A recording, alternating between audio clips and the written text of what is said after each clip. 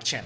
About 13 million, yes, million pages of declassified documents from the CIA have been released recently online. And these are really interesting because what do we look for whenever the government releases previously classified documents? Well, aliens, and more aliens, right? And these documents certainly has a lot of that. It's basically like an alien sundae with a psychic experiment cherry on top. Yeah, that sounds pretty nasty. Anyway, unsurprisingly, conspiracy theorists are jumping at the opportunity to dig into these documents to find evidence of things they previously could not prove. And if you're wondering how come these documents were suddenly declassified, well, declassifying documents is something that has started since Bill Clinton's presidency in 1995. And since then, each president has amended orders of the past in order to declassify more documents that have historical value. The order required for the declassification of non-exempt historically valuable records, and ever since 1999, the CIA has provided a CIA records search tool, or CREST, a system in Maryland where people could access documents from the CIA. This database contains more than 11 million pages of historical agency records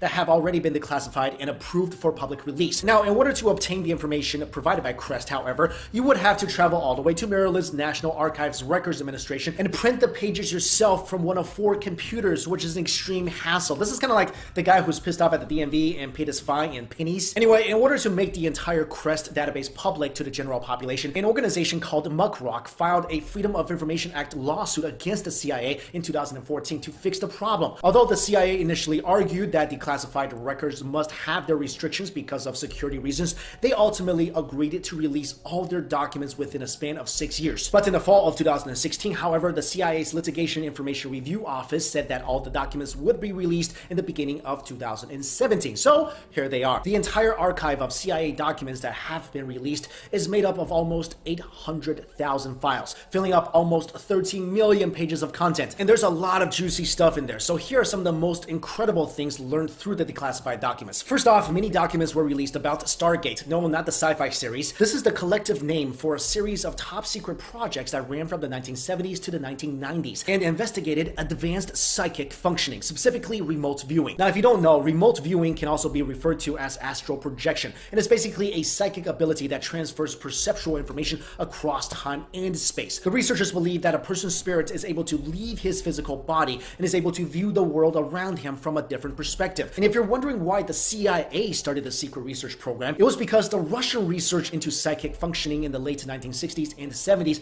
was far superior to that of the US, which obviously made the US very, very worried. As a result, a $20 million program was started in order to put more research into psychic functioning and intelligence gathering. I mean, this sounds like the backstory from a spacecraft ghost, but this was completely real. And people who are said to possess psychic powers were trained to spy for the government and gather information for the US military and agencies like the CIA, NSA, and DIA. One specific Stargate document in the recently released collection of CIA information has to do with Uri Geller, the spoonbender that I actually made a video about a short while ago. If you guys want to see that, it's in my description box below. While many people believe that Uri Geller was a proven fake, according to one of the released documents, Uri Geller actually passed a set of psychic experiments from April 4th to April 11th in 1973, where he was either separated from an agent by an electrically isolated shielded room or separated by having the target drawn on the East Coast. His goal was to replicate random drawings of an agent in a separate room or describe a drawing that was posted outside of his electrically shielded room. On the first day, a picture of a fuse was stuck in a separate room, and he immediately described the picture to be a cylinder with noise coming out of it. The second picture was grapes, and Yuri immediately said he saw drops of water and described purple circles. The following 7 days were no different, as Yuri continued to shock the agents who were conducting the experiments. The end result was that the CIA described him to be a, quote, convincing paranormal, and asked him to perform tasks such as standing outside the Russian embassy in Mexico and erase floppy disks being flown out by Russian agents. But although the CIA was convinced that Yuri was indeed psychic, they didn't think he was much help at the end of the day. The Stargate project itself was eventually terminated and declassified in 1995 because the information provided by the test subjects was, quote, vague and included irrelevant and erroneous data. The second interesting thing that came out of these unclassified documents isn't so surprising. It's the CIA's endless hunt for alien life. There are many documents that talk about aliens and UFO sightings. One report speaks of an unusual phenomenon on the Iranian USS border in June of 1966 that lasted for 5 minutes. And another speaks of all the sightings of UFOs since 1947, which explains that approximately 1,500 official reports have been received since then. Many of the sightings occurred in Norway, Spain, North Africa, and the former USSR, although actual proof that the sightings were indeed aliens was not provided. provided. The frightening thing is that there are actual guidelines provided in the documents for people to follow when they see UFOs. The sightings are seen as a matter of national security, and the 4 phases must be followed in order to ensure safety: detection, identification, interception, and destruction. Not only that, the documents contain guidelines that go into so much detail it's almost impossible to not believe UFOs are a common occurrence. In fact, the guidelines go so far as to contain the size, color, sounds, and unusual features related to the UFOs and aliens themselves. Another interesting release from the documents is new details regarding the infamous MK Ultra project, also known as the CIA mind control program, which involves the specifics of experiments on human subjects using mind control for the purpose of interrogation or the development of new drugs. This project began in the 1950s and ended in the 1970s, or so we think.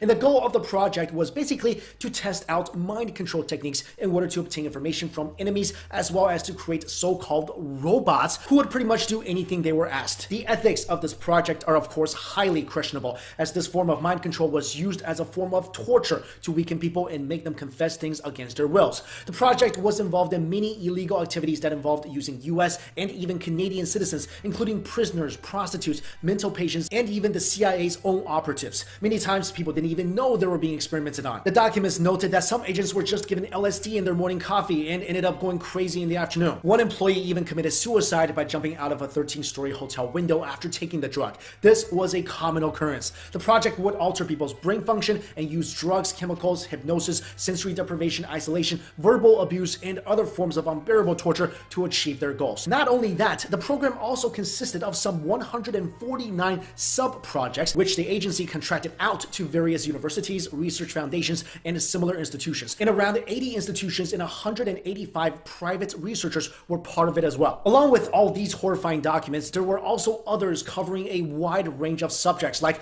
recipes for invisible ink, Fidel Castro, seeing into the future, the Berlin Tunnel Project, and even magic. So if you are interested in what the CIA has been doing for the past many decades, see for yourself what lies within the vast collection of documents in the CIA library. It's literally like the inspiration for Command and Conquer and spacecraft. Also, I remember watching an episode of Unsolved Mysteries. Let me know if you guys remember this. There was an episode of Unsolved Mysteries specifically talking to past CIA agents who were involved in the astral projection project. And I remember clearly one of them was describing his experience. And he said that he was able to project his mind back in time to a battlefield in World War II. And he said he was crawling through the battlefield. And he could feel the bodies beneath him, the dirt beneath him. It was so descriptive. And it's crazy that all these things that you would typically hear about from sci-fi novels or movies is actually things that the CIA was involved in. But anyway, let me know if you're surprised by anything you heard today. And do you buy into astral projection? Do you buy into psychic abilities? Let me know in the comments below. Thank you all so much for watching this video.